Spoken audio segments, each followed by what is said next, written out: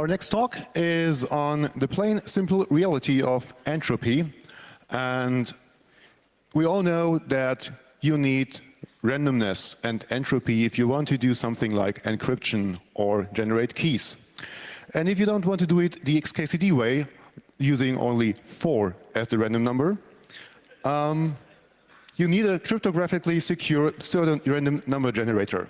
And what this is, how it works, and where you can find one will be the topic of this talk. So I present to you Filippo Valsorda on how I learned to stop worrying and love urandom.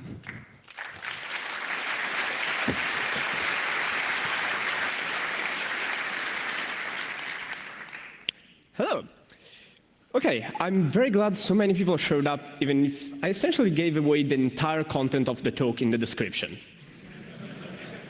Want me to stop to leave something? Okay, no. Anyway, hi, I'm Filippo Valsorda. I work for Cloudflare. I do cryptography and systems engineering. I recently implemented the DNSSEC implementation of the Cloudflare DNS server. And maybe in April 2014, you used my Herbleed test. Anyway.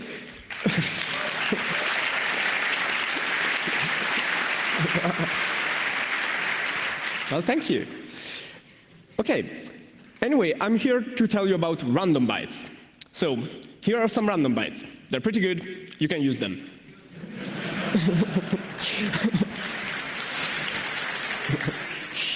But if you need more, Amazon sells this excellent book full of 1 million random numbers. Anyway, more seriously, random numbers are central to a lot of the security protocols and systems of our modern technology. The most obvious is encryption keys. You obviously want your encryption key to be random, to be really hard to predict, and you want your encryption key to be different from the person next to you, unless you're doing key escrow, which, well, we don't want. So, and also a lot of other different systems use randomness to prevent all kinds of attack. One amongst many, DNS, using random key IDs to prevent Kaminsky attacks. So, what makes a stream, a source of random bytes, good? So what are we looking for when we look for good random bytes? First of all, we look for uniform random bytes. Every time we draw a random byte from our random byte source, we want to have the same probability to get all values from 0 to 255. For example, you don't want your distribution to look like this. This is RC4. But that's not enough. You also want your random bytes to be completely unpredictable. And here is where the task actually becomes difficult. Because if you think about it, we are programming computers. Computers are very deterministic machines, even if they don't feel like they are. And they're essentially machines built to sequentially execute always the same set of instructions, which we call code. And when we ask them at some point to do something that is completely different every time they do it, and 2 equal computers should do it differently, we get in trouble. So where can a computer source this randomness? Where can a computer find unpredictability if it can't have its own? Obviously, in our messy meat world, in our physical world, where everything is not always happening the same way. So user inputs, every time you type on the keyboard, you do that with different timings. When you move your mouse around, you do that differently every time. Or simply reading from disk. Every time your computer reads something from disk, it takes a slightly different amount of time. Or interrupt times, I/O, you get the idea. So all these events are visible to the kernel. The kernel is the component of your system which is controlling all these interactions with the outside world and can measure them and observe them with the right precision. And Each of these events can have a wide or narrow range of different possible values. For example, when you read from disk, it might take from 0.17 nanoseconds to 1.3 nanoseconds. I made numbers up. How wide this range is what we call entropy. Essentially, it's how many different values, how spread apart the values are, which also means how easy they are to predict. But something that they definitely aren't is uniform, because as I said, for example, reading from disk might take in a specific range, definitely not from 0 to 255 nanoseconds. That would be. And usually they're not enough to satisfy all our random bytes needs, right? So now we have some unpredictability. We have some events that we can see from our system, and we want to turn that into a stream of random bytes that we can use to generate SSH keys and DNS key IDs, etc. Enter a CSPRNG. Cryptographers like their acronyms very long. It's a cryptographically secure pseudo-random number generator. It's not that hard to pronounce. Okay, it is. Anyway, it's nothing else than a cryptographic tool that takes some input and generates an unlimited, reasonably unlimited, stream of random uniform bytes which depend on all and only the inputs you gave to the CSPRNG. So you can see how we can use this. We have this amount of random events. We feed that into the CSPRNG, and we get out random bytes that we can use for everything. So to understand how a CSPRNG works, I decided to simply present you with a very simple one based on hash functions. I assume that everyone in the hall knows essentially what hash functions are, but the properties we care about today of hash functions are the fact that the output is uniform. If you take the output of a hash function, all the bits should be undistinguishable from random if you don't know the input. It's impossible to reverse a hash function. If I give you the output of a hash function, you should know nothing more than before about what the input of the hash function is, unless you can specifically figure out the input and try the hash function. And finally, it takes an unlimited amount of input and makes a fixed amount of output. These are the properties that we're going to use to build a CSPRNG out of hash functions. So this is how it works. We start with a pool. We call pool an array of bytes, and we fill it with zeros to start. Then every time a new event comes in, for example, you move the mouse around, we take that event, we serialize it to some binary format, doesn't really matter. For example, mouse is at position 15 to 135. And we hash together, we hash the concatenation of our pool, which for now is just zeros, and the serialization of this event. We hash them together, we get an output, and that's our new value of the pool. And we repeat. Now, instead of zeros, we have the output from before. Now we have this output, and a new event happens. A disk read happens, and it takes exactly 1.27589 nanoseconds. And we hash together the old contents of the pool, this information, disk read happened, and it took this amount of time. We hash them together, and we get a new value of the pool. Do you see where this is going? We keep doing this. Every time a new event comes in, every time the mouse moves, every time a CPU interrupt is raised, every time disk read happens, we call this steering function to mix this event into this pool. And what do we end up with? We end up with what we call an entropy pool. Now, to figure out this value, you need exactly all the events that lead to this value. If you're an attacker and you really want to figure out what my entropy pool is, you're not supposed to have any better way to figure it out than to guess all the different hard disk timings and mouse movements that happened all the way up to now. Okay? So now we have this essentially unpredictable value, but now we want to generate keys out of it, and we can't just use these few bytes here. So we can use again hash functions. Same hash function. We take the entropy pool and we hash it with a counter. You want 5,000 random bits? Sure. You hash entropy pool and 0, entropy pool and 1, and 2, 3, 4, 5, 6, 7, and 9. You get all these outputs, you concatenate them, and now you have 5,000 bits, which are as unpredictable as all the events that were steered into the pool. Let's think about it for a second. We said that hash functions are not invertible.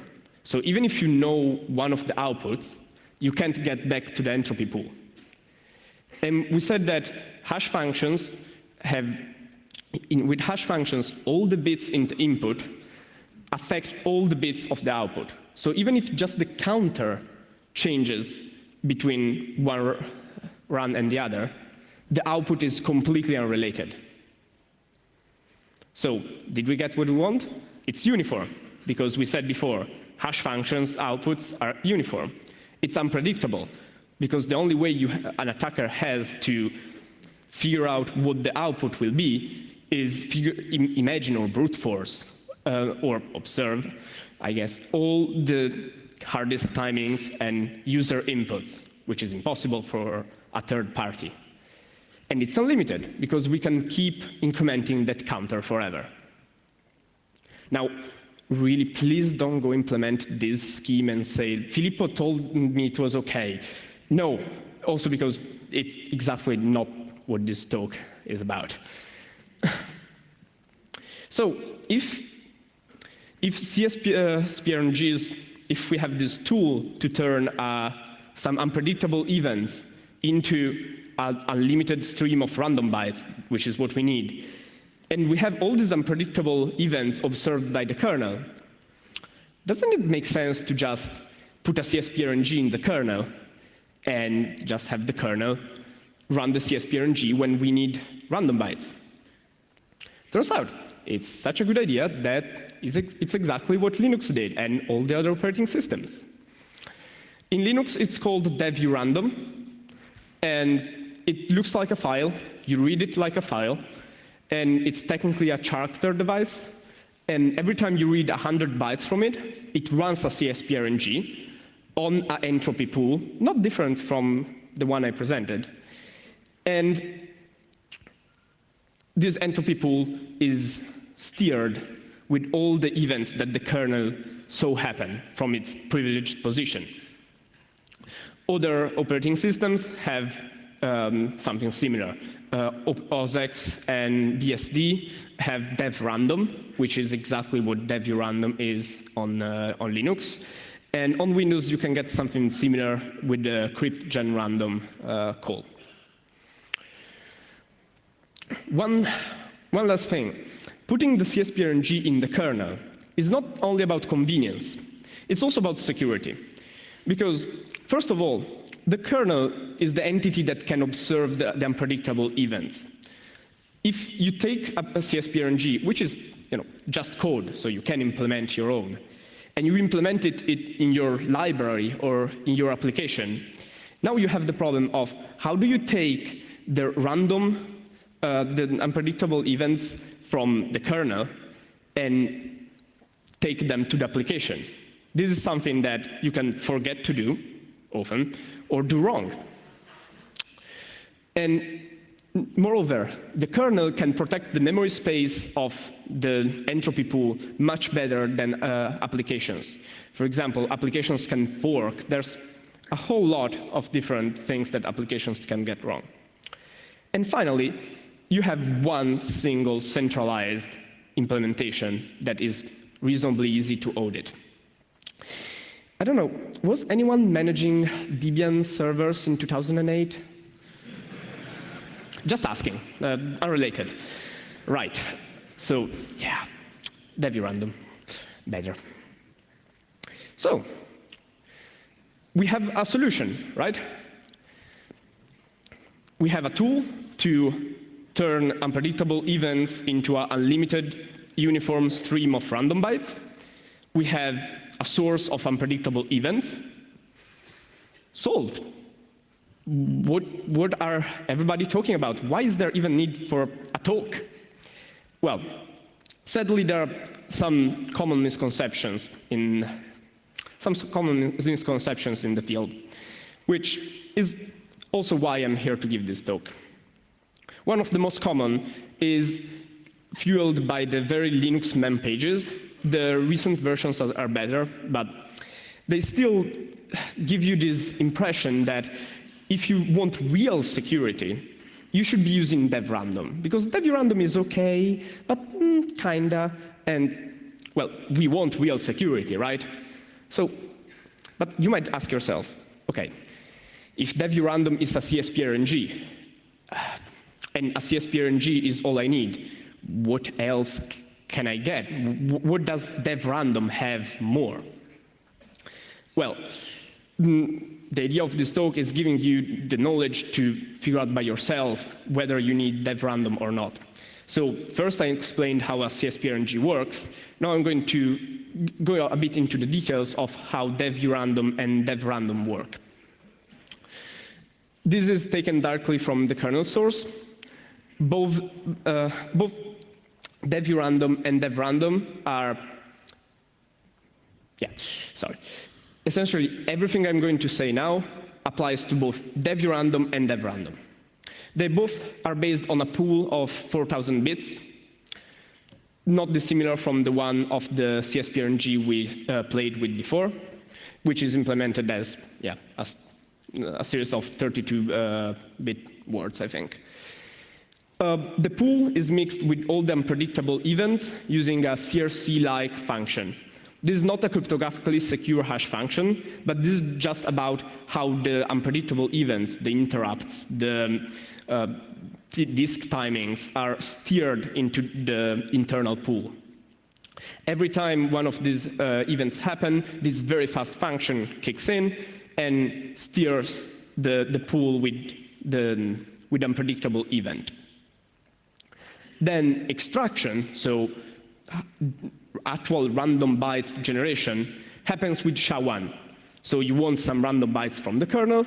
What the kernel does is just run SHA-1 on the pool, give you the output, and also take the output and feed it back into the pool using that mixing function. This is a bit different, you might have noticed, from our design, which used a counter, because keeping counters, turns out, is still hard. And you can, they can reset, you can lose count, that's bad. Also, this has more security properties against compromise. So what it does is simply that when it generates output, it also steers it back, and if you need more output, SHA-1 again on the new pool, gives output and steers it back into the pool so that the pool keeps changing. Now, both dev-random and dev-random do the exact same thing. Same code, same sizes, same entropy sources. Literally, in the source, random read is a call to extract entropy user. urandom read is a call to extract entropy user. The only difference is, I finally get to what's special about dev-random, is that it tries to do a couple really hard and weird things. First, it tries to guess how many bits of entropy were mixed into the pool after each unpredictable event. This is already very hard, because think about it. A disk read took 1.735 nanoseconds. Great. We don't know how many different values this might take. We don't know if this is a spinning Rust disk, which has timings all over the place, or if it's a SSD, which almost always takes the same time. So we don't know how much predictable this is. So this is already hard, figuring out how unpredictable the pool is. So it keeps a counter, arbitrary number of how many bits of entropy, how much unpredictability there is in this pool. And then, when you run the hash function on the pool, it decreases this count. It reduces this number. And if this number gets too low, it blocks you. So you're reading from that random, this number dwindles, and now you're still reading from the random, but you're blocked until more unpredictable events happen. This is useless in the modern world, because entropy does not decrease. Entropy does not run out and everything freezes. Once the pool becomes unpredictable, because too many different events contributed to how the entropy pool looks like, it's forever unpredictable, because the attacker doesn't learn anything from the output, obviously, unless the CSPRNG is broken and is leaking information about the entropy pool. However, saying that CSPRNGs are broken is equivalent to saying that a lot of cryptography constructs are broken. It's saying that stream ciphers are broken. It's saying that CTR mode is broken. It's saying that TLS and PGP are broken, because they're both about reusing the same key for multiple packets or messages. So if cryptographers didn't know how to build a secure CSPRNG, it would mean that cryptographers weren't able to build most of the things we're relying on today. It would mean that cryptography was doomed. Now, I'm not DJB. I can't tell you if cryptography is doomed. But I can tell you that if cryptography is doomed, your problem is not your CSPRNG. So cryptography relies on being able to build secure CSPRNGs. And on the other hand, that makes dev random blocking useless, obviously. It can be unacceptable, too, because you get a TLS request and you're like, I have that HTTP page, but wait a second, I need someone to start typing on the keyboard of the rack to serve it to you. And it can even be dangerous, because you're essentially giving away information about what other users in the system are doing to other users. On the other hand, dev-random is safe for any cryptography use you want to use it for. You want to generate long-term keys. My GPG keys are generated from dev-random. And I'm not the only one saying this. Boring SSL, Python, Go, Ruby use dev-random as the only source, the only CSPRNG. Sandstorm even replaces dev-random with it. And here is a long list of people saying exactly what I'm here on stage to tell you. So, I hope that at the end of this, you see that you don't actually need dev-random. As well as you don't need to keep measuring how much entropy you have in the pool. You don't need to refill the pool with things like havaged, or I don't know how to pronounce it. Actually, I've even seen people take output from dev-random and pipe it back as root into dev-random, so that the entropy does not run out, which is exactly what the kernel is doing, which is obviously pretty upvoted answer on Stack Overflow. Yeah. Anyway. And finally, random numbers quality does not decrease. There are not premium level random numbers, and then they kind of rot after you use them for a while, and no, that's not a thing. Okay, so there is only one small case in which dev-random does not do exactly what you would expect it to do, which is early at boot. If you think about it, everything we said is about using unpredictable events to build up unpredictability.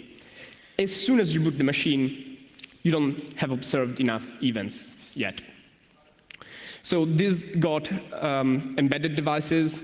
This got the Raspberry Pi recently. Essentially, it's a Linux shortcoming, which by now is too late to fix, which is the fact that dev-random will not block even at boot before being initialized. The solution in most cases is just that the distribution should save the state of the pool at power off and reload it at power on, or block until the pool is initialized. So your distribution probably solves this for you anyway. So to sum up, CSPRNGs are pretty cool and they work. You don't need dev random. You shouldn't use user space CSPRNGs because they're very easy to get wrong. And if you need 100 random bytes, read 100 bytes from dev-random. That's it.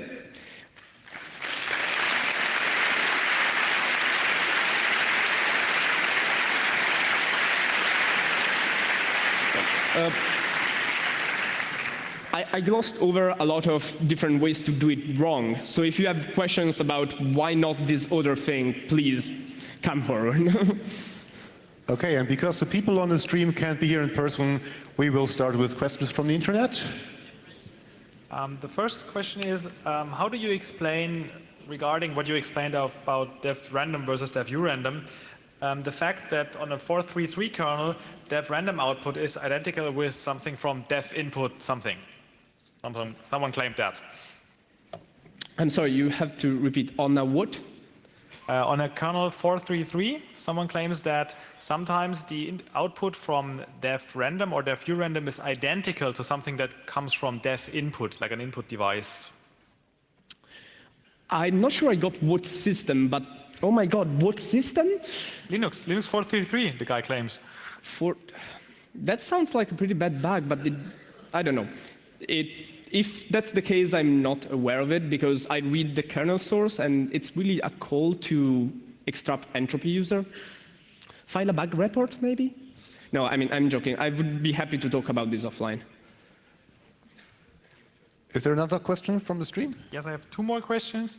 One is, what do you think about hardware entropy generators or hardware random generators? Aha! I have a slide for this.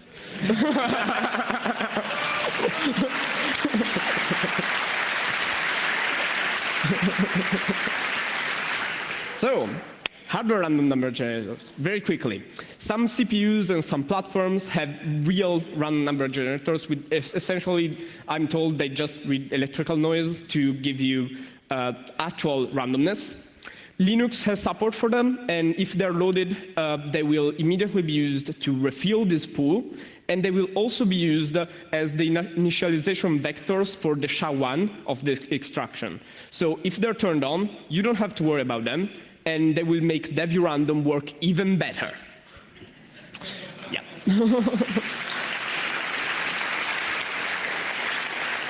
Okay, quick question from the stream. Yeah, no one. What's your opinion about these entropy gathering daemons like HVDaemon?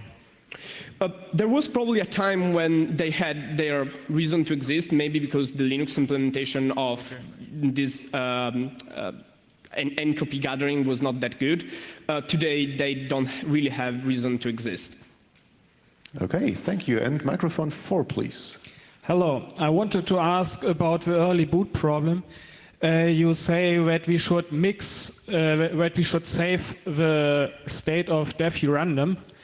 What happens if a machine crashes? Wouldn't you restart from an earlier state of dev-random? Yeah, I think that the correct way to do this is as soon as even before the input is used to initialize the pool, the one from the last shutdown, it should be deleted from the disk and the disk flushed. Yes, kind of hard. Yes. Okay, unfortunately, we are running out of time because we have to clear this room. And you have a short announcement? Oh, yeah. Tomorrow at 15:30, I am giving a quick workshop about how to implement a Vodenite padding Oracle attack in Hall 14. I think it doesn't take as many people as there are in here now. So maybe I shouldn't have said that. Okay, then thanks again, Filippo, for your talk.